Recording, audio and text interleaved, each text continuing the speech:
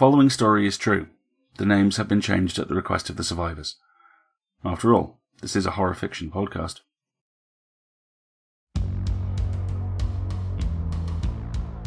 PseudoPod, episode 991 for August 28th, 2025. The Hermit Crab God by EgoBot. Narrated by Christopher Tang, hosted by Kat Day, audio by Chelsea Davis. Hey everyone, hope you're doing okay.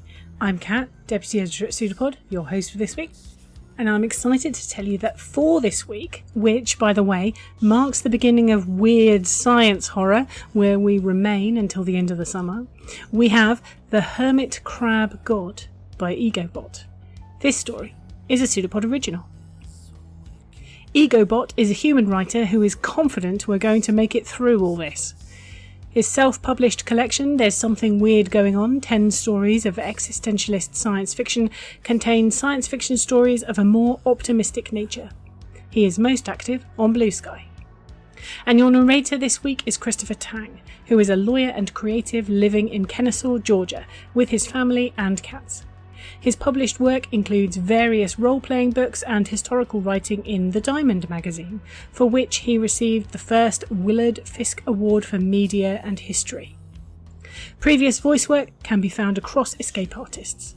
By the time this goes live, there will probably be some new project distracting him, and you can find details on that at christangwriter.bluesky.social. Now, we have a story for you. And we promise you, it's true.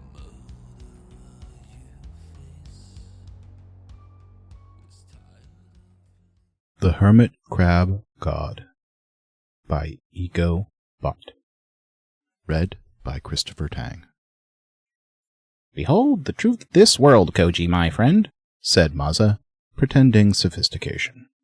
We live in a world made by humans for humans. Don't need a college degree to figure that out. Koji puffed on his cigarette. He was trying to enjoy the sunset in silence, but his friend kept going on about the trash strewn across the beach. As if anyone actually gave a shit about that. My dad drove me up to this beach all the time when I was little, Koji said. Maza took a sip from his plastic bottle of green tea. Is that right? We came up here to catch fish for my aquarium. Snails, clams, whatever. Anyway, the place was pristine back then. I swear. No trash. A lot's changed since then. Maza gestured his green tea bottle towards the ocean. All those countries, all those corporations, those boats out there, these days they've got plastic to spare. How nice of the currents to deliver it all to our lovely beaches. Koji took a long drag of his cigarette. Let the smoke mix with his thoughts. We must be idiots to want to be biologists, he exhaled. All the coral on this island will be white as snow before we graduate, and nothing you and I do will make a damn difference ever. That's the spirit. Rest easy knowing humans will get what's coming to us. Nature will make sure of it, yeah? And either way, Maza took another swig of his tea, then held the bottle out. The sun will rise again in the morning. Hey, want a sip? Koji accepted the plastic without thinking. It was weightless. Empty. He shot a glare at his grinning excuse for a friend who had just handed him trash. Hold on to that for me, will you? Maza said as he walked up the bluff. Looks like they finally got the campfire going. You coming? Or you want to mope at the sunset a little longer? I'll mope. Well, just don't keep Kaori waiting. She'll cheer you up for sure. And with some piggish kissing sounds, Maza was off. Koji looked at Maza's empty green tea bottle, still in his hand. He loosened his grip, and the trash fell to the beach with a hollow thud.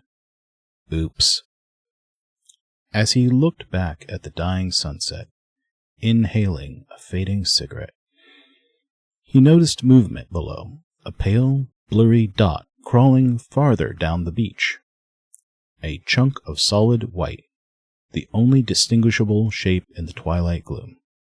The object was cylindrical, too symmetrical, too white to be any sort of animal. Koji flicked his cigarette onto the beach. He scooched down the bluff, treading over the coral rubble and the tide line. For every seashell, a bottle cap. For every wad of seagrass, some tangled fishing line.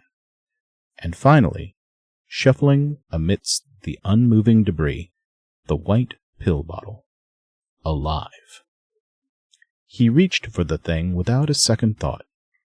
The bottle had a weight to it, like holding a stone. When he turned it over, 2 chunky claws and 2 pairs of spindly legs splayed from the opening.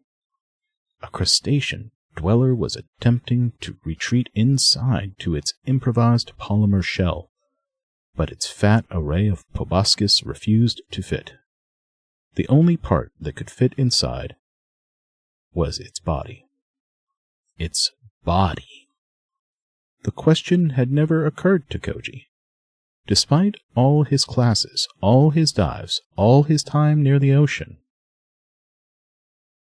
what did a hermit crab's body look like? The hidden part, the forbidden part, the part inside the shell.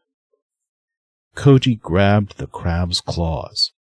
The creature offered frail resistance, still failing to force its claws and limbs deeper into the pill bottle. When Koji pulled on the claws, the bottle didn't budge. Something was tugging back, from the inside, hooked onto the interior of the pill bottle like an anchor. He yanked harder the second time, violently. With a soft sound of scraping flesh, the pill bottle came off. He dropped the container onto the beach. He could feel the animal writhing in his palm, vulnerable, suddenly smaller. He held the creature centimeters from his face. Pupils adjusted to the darkness under the last red light of day. He made his observation. Koji's brain took a moment to register the thing. His eyes sprung open, stomach turned, intestines twisted. Gut bubbled into his throat. Heart slammed against his sternum. Adrenaline surged in his bloodstream. His skin turned spongy with sweat. His quaking hands fumbled the creature somewhere into the darkened tide. This was not the first time he had seen a hermit crab's body. He saw it in the campfire that night. The hunk of biomatter glittered in the flame-lit smoke. A mass of misshapen meat twisted from the crab's body, like a scaleless hunchbacked shrimp. Its pale fleshiness contrasted with its armored front, as if a distantly related species had been fused onto the crab's rear to serve as a tail. A worm crab, a sea cucumber spider, an invertebrate crustacean chimera. Koji could see every spur of muscle and synapse as the organic spiral squeezed shut, tightening its curl like a contracting heartbeat. Minuscule hairs glistened across the flesh of the shrimp tail. Diminutive digits sprouted from the mass like eyes on a potato, each moving like they had a brain of their own. Koji remembered how it felt in his hand. He could still feel it. The prickles against his palm, those pseudo-legs twisting lightly into the crevices in his fingers, the wet wriggling in his ears. Koji finally peeled his eyes away from the demon in the fire. He glanced to his right and saw more of them, scaleless shrimp tails squirming and screaming on a thin wooden skewer. He shrieked, reeling backwards off his stool and falling into the dirt. What the hell, Koji? Maza was holding the skewer of prawns he'd been grilling. What's wrong? Kaori asked from the other side of the fire. It almost sounded like she cared.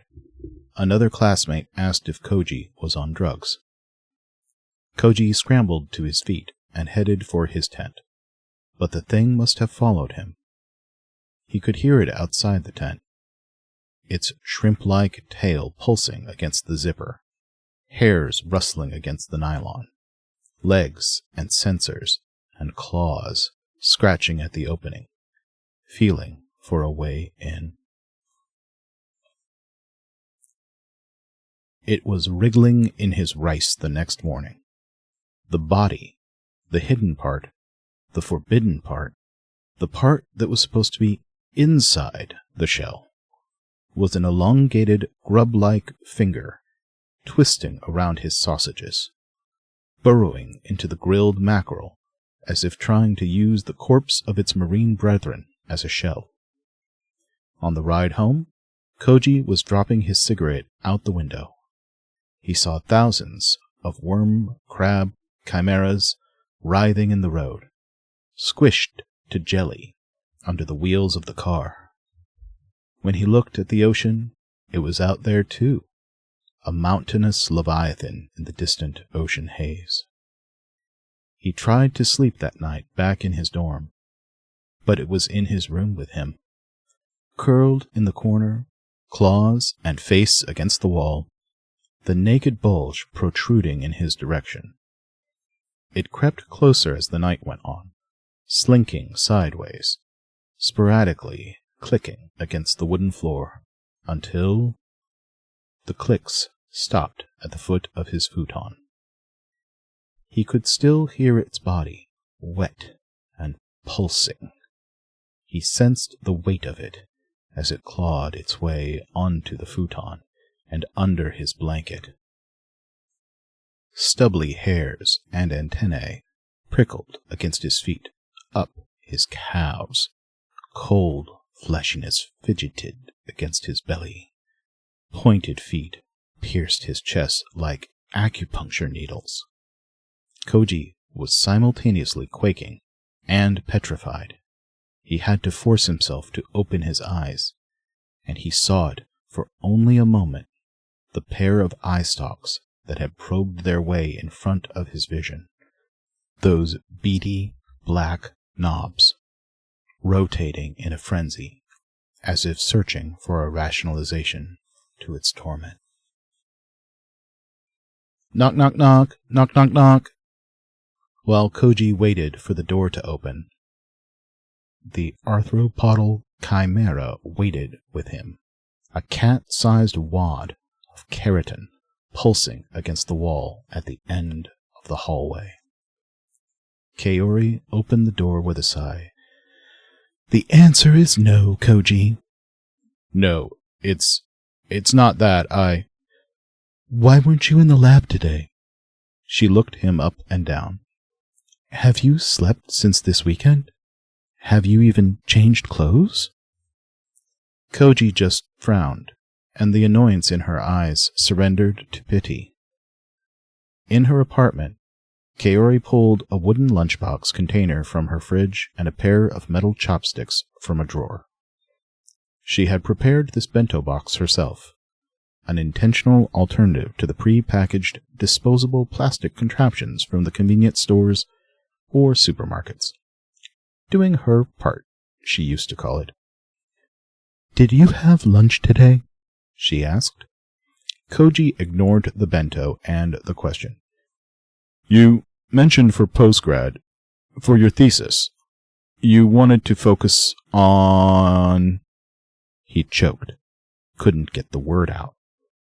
I was thinking about a thesis in carcinology, she offered. I always thought crabs were cute. Koji barely resisted a dry heave. He rubbed his face with his palms. What can you tell me about...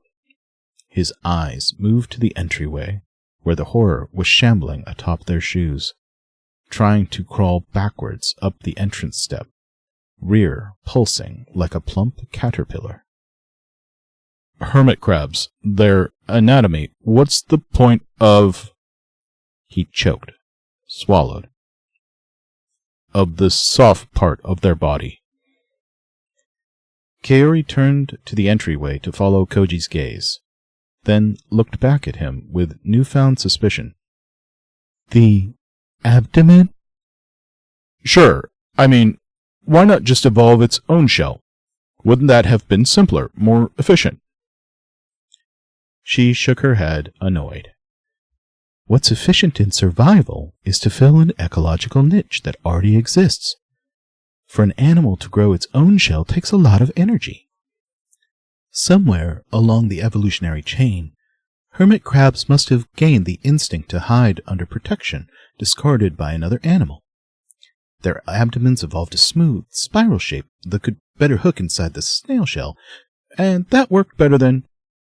If it's such an efficient niche, Koji interrupted, then why do the things use garbage as shells? Kaori frowned. Her eyes flickered downward. There's a lot to say about that. With the diminishing availability of shells and the increasing prevalence of plastic, well, if a bottle cap has the same weight and texture as a shell, then it's like I said. Evolution will fill a niche that exists. Some scientists even theorize the light, weight, and color of plastic might provide a competitive advantage compared to normal shells. And if someone were to remove one? Kaori studied the question. Did you take a hermit crab's shell? He stared at her, then at the thing still wriggling up the entryway. He swallowed thickly. Koji, removing a hermit crab's shell can cause serious stress to the animal, maybe even kill it. If you did that, then... No, you don't understand. The crab was using a little plastic bottle as a shell. I didn't even think about... If you truly cared about learning about marine ecosystems, then maybe you would know it's best to leave the plastic and let the crab change shells on its own when it finds something better. If anything, you could have taken a picture of it, documented it for data. Back off, would you? All I did was try to remove some plastic from the environment. No! You never cared about that. You've never helped clean a single beach. We both know you don't believe in anything. Believe in anything? Koji let his jaw hang open. He turned to regard the monstrosity that was now pulling itself across Kaori's apartment floor, a viscous trail of black blood behind it. You mean the supernatural? Like the kami? Kaori flinched. What? No, I'm talking about nature. Real physical animals. See, this drives me crazy. No one here understands the natural world, not even a little bit. Why are you even here, Koji? It's like you're studying marine biology because you had nothing better to do. If we can't even get aspiring biologists to respect nature, then there truly is no hope for this world. Okay, but let's be practical here. Humans are part of nature, after all. We're not special. The environment isn't some stupid god we're obligated to worship, and honestly... Koji chuckled, done pretending. Why should we care about nature? Because if you think nature ever gave a damn about us, then you're more naive than I thought. Kaori's face was shocked at first, then sad, a display of unfiltered disappointment. You feel guilty, she said. I think part of you realizes this. Deep down, you feel guilty for something. It's either guilt or... Koji's face softened with the realization. Or fear. Because one thing's for sure. If the kami were real, if nature was some vengeful, uncaring god, well, they certainly wouldn't be taking kindly to you now, would they? Koji widened his eyes. He looked back to the floor and the entryway, scanning the apartment for the ghoulish arthropod. The thing had vanished. Kaori shook her head and reached for the bento and chopsticks. Just take this and go, she insisted. You need to eat, go home, get some rest, and think about the impact you really want to leave on this world. She opened the bento lid, held the container towards him, and Koji dared to glance inside. A twisting collection of claws and eye stalks and tails and abdomens overflowed from the bento, a mess of corpulent clumps of meat drenched in a sauce of blood and pus, waiting to be plucked with the grab of the chopsticks. Koji didn't feel it coming. The stomach bile that bubbled up his esophagus erupted from his mouth like a water gun stream, and skimmed across the bento and onto Kaori's arms and lap. Koji shuffled into his Thursday class 20 minutes late. Evolutionary perspectives on human behavior. He sat in his usual spot at the back of the classroom. Maza on one side, an arthropodal chimera on the other. Where have you been? Maza whispered, eyes staring straight ahead. You smell like shit, by the way. Koji's eyes were glazed. The professor's meandering lecture was an incomprehensible background drone. I think something's seriously wrong with me, Maza. Maza scooched his seat a few centimeters away, then turned his head enough for the briefest eye contact. Something happened to me on the beach that night, Koji continued. When we were watching the sunset, after you walked away, I saw something I shouldn't have. Something I've been trying to push out of my brain for a long time, but it returned and... Maza scooched his chair a few more centimeters away. In the background, the professor's lecture took form. And this takes us back to Richard Dawkins' assertion of the belief in gods as evolutionary byproduct of something else. Remember, Dawkins gave several examples of what feature of natural selection this something else could be. Perhaps a byproduct of trust in parent figures, or even a side effect of love. Dawkins argues that the belief in gods is an unintended consequence of our evolutionary instinct, like a moth drawn to a flame only because it had evolved to follow the light of the stars and moon. Koji curled his lips in spite. Gods weren't a delusion. There was one on his desk right in front of him. He could make a scientific observation of its thin cylindrical eyes, of the suppressed bubbling from the opening between the teethy appendages. Its abdomen was oversized, bleeding from its pores. He could pet it like a puppy, and its hairs sliced his fingers with microscopic cuts. What the hell's your problem? Masa could barely contain his whisper. Gods, Koji uttered. He pondered the word for a moment, then allowed himself a smile. It's like what you said at the beach, Masa. Nature will make sure humans get what's coming for us. Do you think they've come for me first? Are the kami punishing me for the things I've done to them? Masa's confusion morphed to concern. Some of the other students started to notice. No clue what you're talking about. Since when do you believe in that old stuff? It's everywhere I go. Koji clawed at his skull, dug into his skin. Maybe crushing his own brain would stop the crab from preying on his mind, feasting on his emotions, scavenging his thoughts. It's inside my fucking head! Terror overtook Masa's calm. The entire class was looking back at them. The professor's lecture had turned silent. Koji, you've got to calm down. Please, just calm down, okay? Head home. Take a shower. Go do something you enjoy. And tomorrow's a new day, yeah? Koji shot his colleague a hateful grin.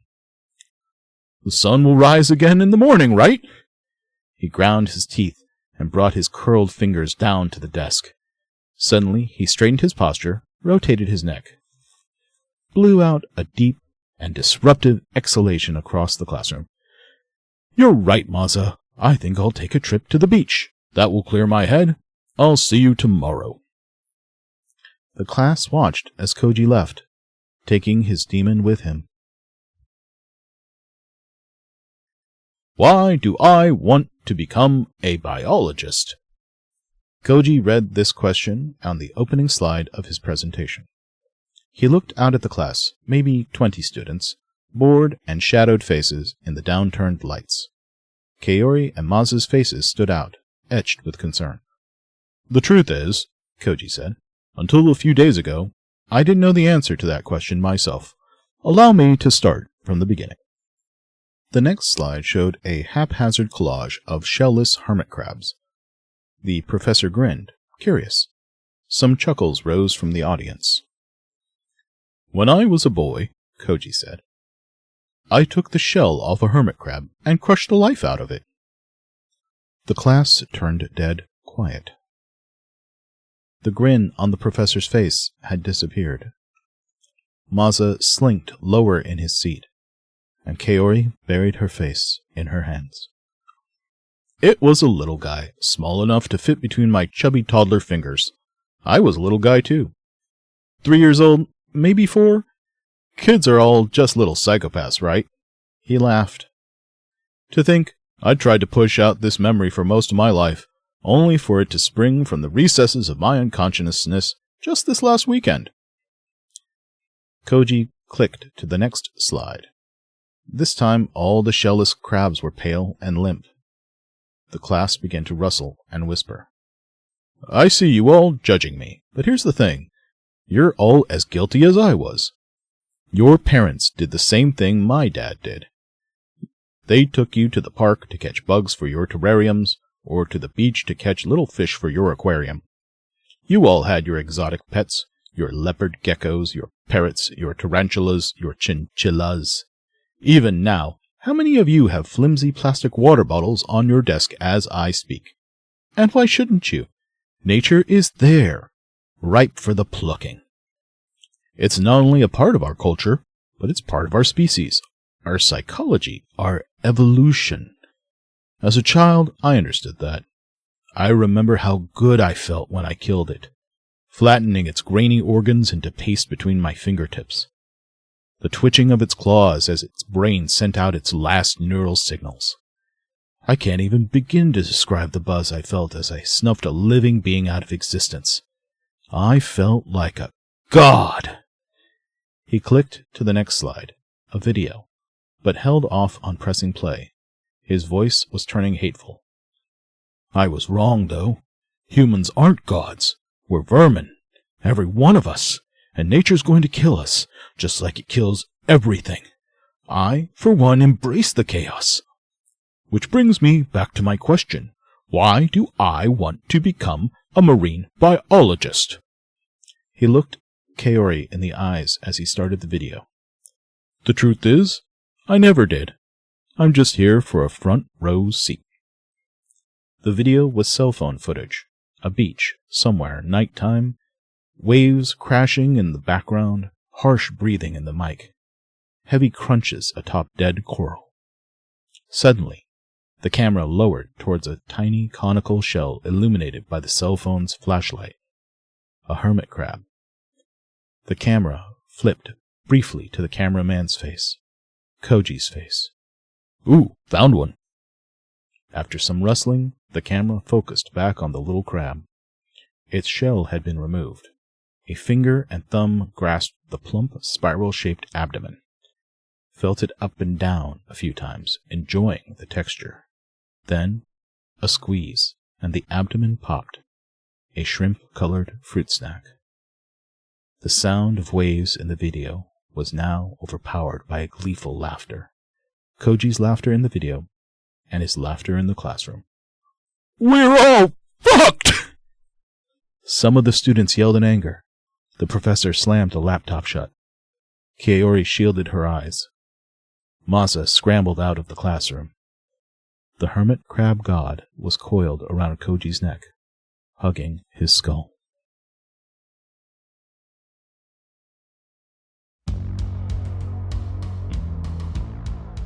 Well done. You survived another story. What did you think of The Hermit Crab God by EgoBot?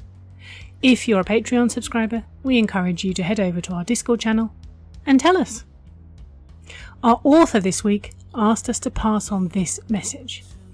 If you can remind even one listener to boycott single-use plastic, or to eat less meat and seafood, or to leave nature be and never take shells from the beach or bugs from the park, to reflect on the ways we can all improve and make a difference for nature and biodiversity, well then that's a win in my book.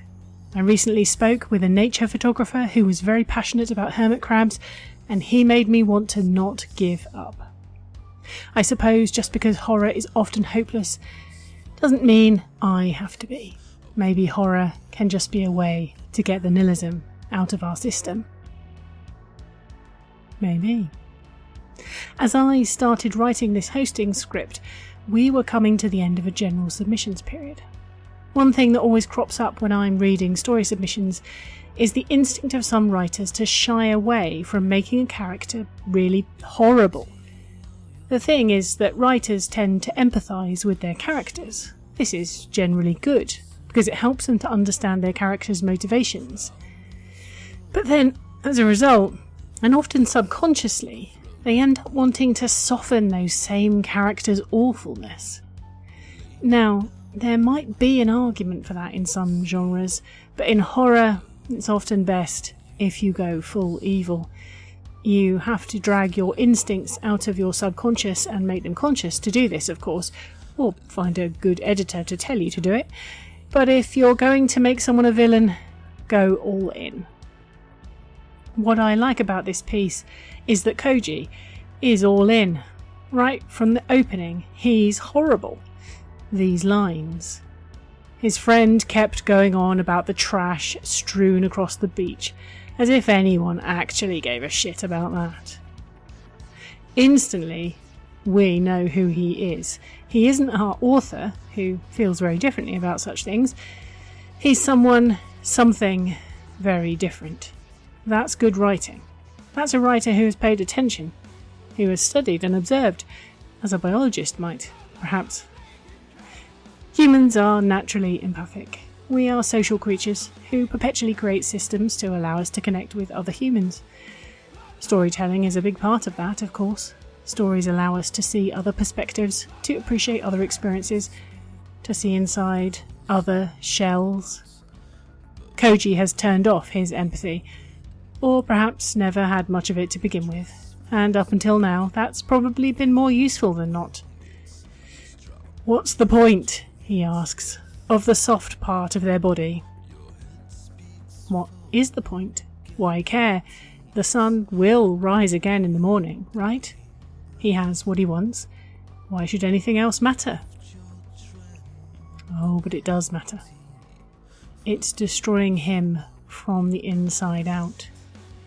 Koji doesn't understand that, at least not in time, but our author does. Koji is losing his mind to the hermit crab god because he was hollow inside and it moved in. We must care. We must. It's hard sometimes, and none of us can do everything or help everyone. We cannot have zero environmental impact and still live our lives, and sure, it's tempting to think, well, I can't do everything, so why do anything? But we must keep caring. We must at least try. Never give that up, because if we do, if we give up our humanity, then what else is left? Just a few billion wriggling creatures cloaked in plastic trash. Maybe horror can be a way to get the nihilism out of our system. Really excellent work from EgoBot, who also, by the way, donated his fee from this story to the pod, so thank you both for the story and for that. I've put a link to the Paddy Aware Foundation in the show notes. This organisation mobilises a global network of divers and dive centres to remove ocean debris and combat plastic pollution, as well as safeguard biodiversity and protect endangered species. Check them out. Oh, and if you want to hear some other beachside eco-horror stories from us, why not go back and listen to episode 931, What He Woke, by Jess Whitecroft, and Where the Brass Band Plays, by Katie McIver. Again, there are links in the show notes.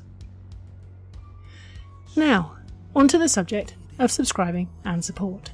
PseudoPod is funded by you, our listeners, and we are formally a non-profit. Many of you already support our Patreon, and Escape Artist has always relied on the generous support of our audience members to bring free, accessible, speculative audio fiction to millions of people worldwide. To make sure we can keep coming back, and continue paying our authors, narrators and crew, from October 1st, 2025, we'll be introducing brief paid advertisements at the beginning and end of episodes across all the Escape Artist podcasts, including PseudoPod. But if you are a Patreon subscriber, you'll be able to get ad-free versions.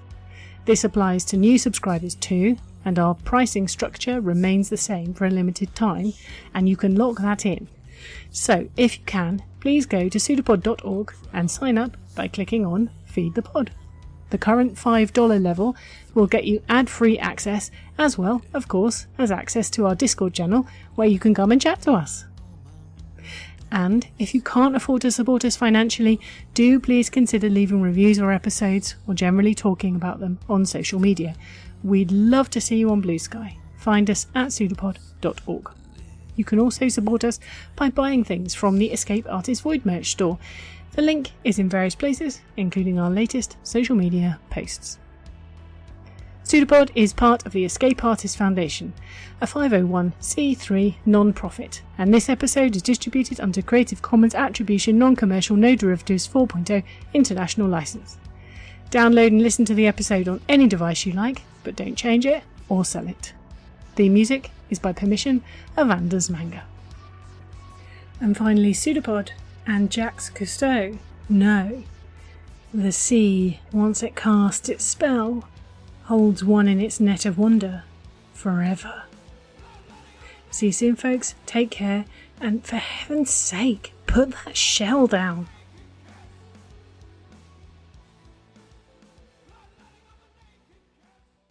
An arm appeared from nowhere on the shape, seemingly projected like the pseudopod of a protozoan. It's a pseudopod. It's a big foot.